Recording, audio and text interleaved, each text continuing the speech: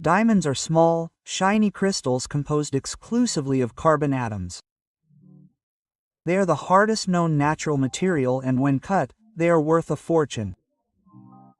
Extracting them requires a lot of patience, huge machines, and powerful explosives.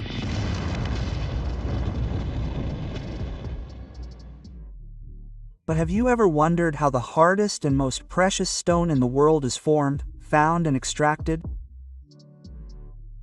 In today's video, we will see together the largest diamond mines in the world and one of the safest complexes in North America to find out how diamonds are made. Stay with me until the end. I'm Vitor and you are on To-Do Tech HD. I ask you to leave your like, subscribe, and activate the bell for all notifications. Diamonds are formed from pure carbon in the Earth's mantle, between 150 and 200 kilometers deep, where it is subjected to pressures up to 45,000 times greater than atmospheric pressure and temperatures that can reach 100 degrees Celsius. These extreme conditions cause the carbon atoms to organize themselves into a stable and incredibly hard crystalline structure. They are 4 times harder than any other mineral on the planet, resistant to corrosion, and the best ones are completely transparent. Scientists believe that the process of diamond formation takes between 1 and 3.5 billion years. Diamonds only reach the surface thanks to deep and rapid volcanic eruptions that occurred in the geological past, forming rocks called kimberlites, where the diamonds are trapped. These eruptions quickly bring the diamonds to the surface, forming kimberlite pipes, which today are the main diamond deposits in the world. Over time, some of these diamonds were also transported by rivers, forming deposits called alluvial deposits.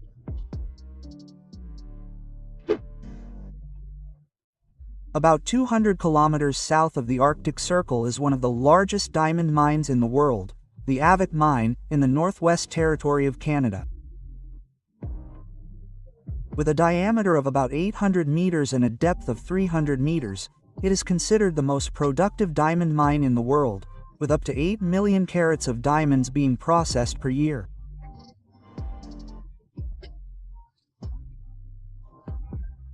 Lying in a remote and freezing region, this mine is known for both its high-quality diamond production and its impressive engineering, with structures built on a frozen lake and operations that operate 24/7 year-round, even in extreme temperatures of -40 degrees Celsius in winter.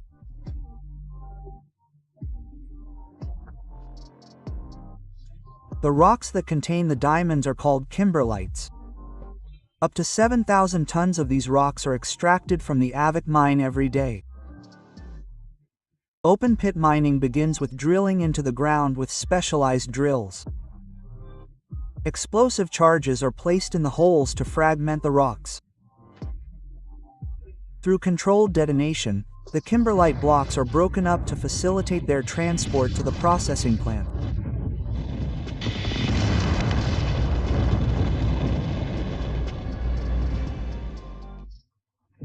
After detonation, the fragmented rocks are loaded by large excavators and transported by trucks with capacities of up to 240 tons. In underground mining, tunnels are excavated to the kimberlite bodies, hundreds of meters below the surface. A technique called sublevel retreat is used, where the kimberlite is removed in stages from top to bottom to avoid collapse. Equipment such as drills and underground loaders operate inside the tunnels, breaking up the kimberlite and transporting it to the surface. The extracted kimberlite is then transported to the processing plant, where it is crushed and sieved to separate the diamonds.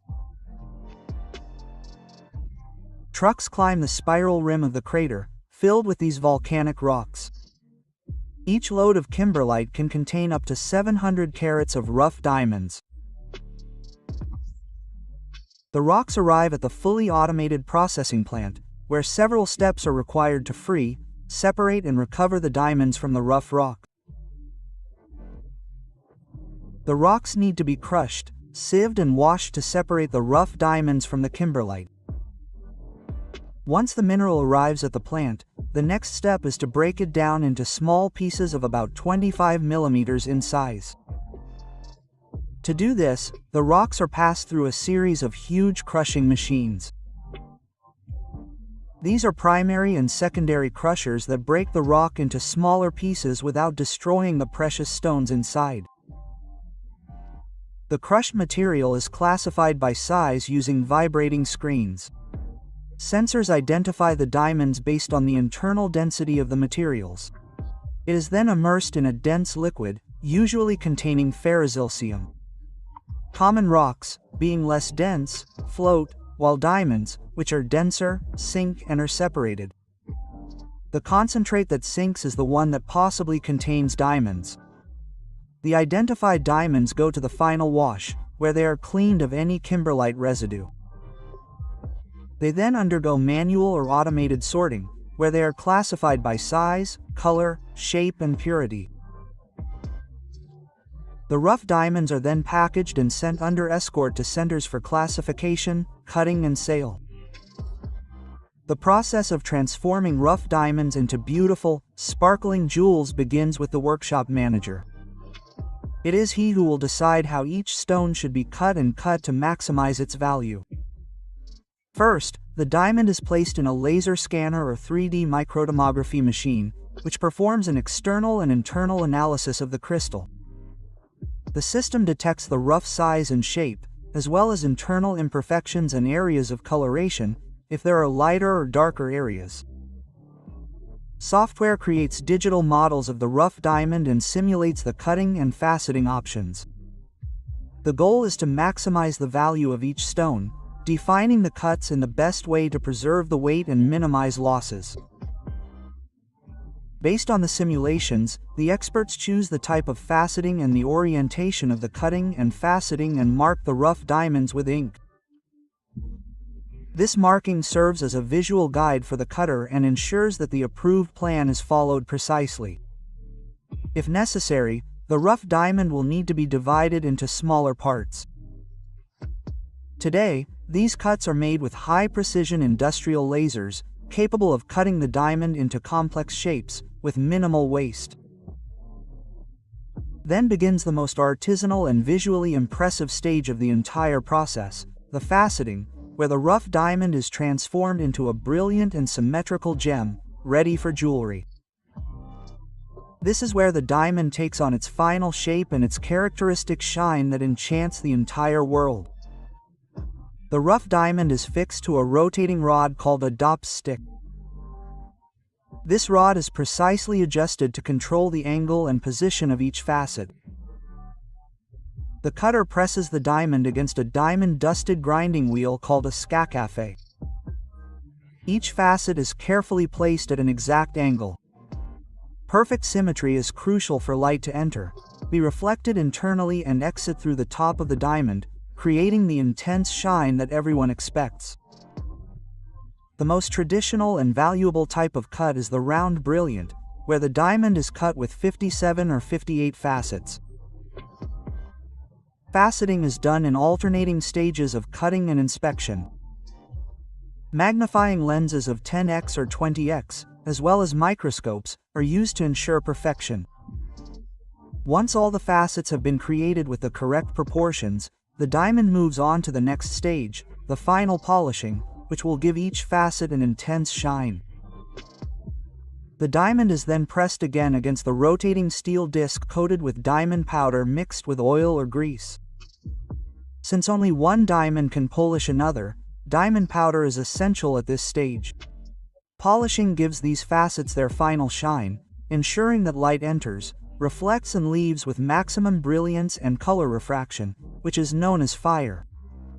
After each polishing, the diamond is inspected to check for symmetry, uniformity of the facets and the absence of scratches, blemishes or scuffs. And the diamonds are ready to undergo the final evaluation, receive their official certification and go to the luxury market, where they will be mounted in jewelry or sold as loose gemstones. And so millions of carats of diamonds are extracted, processed and cut around the world every year. If you like this video, like it, subscribe and activate the bell for all notifications. Leave a comment telling us where you watch us from and what you thought of this episode. If you want to continue learning, click on one of the recommended videos that is appearing on your screen. Thank you for staying with me until now. I ask that God bless you in your home and that you are always well.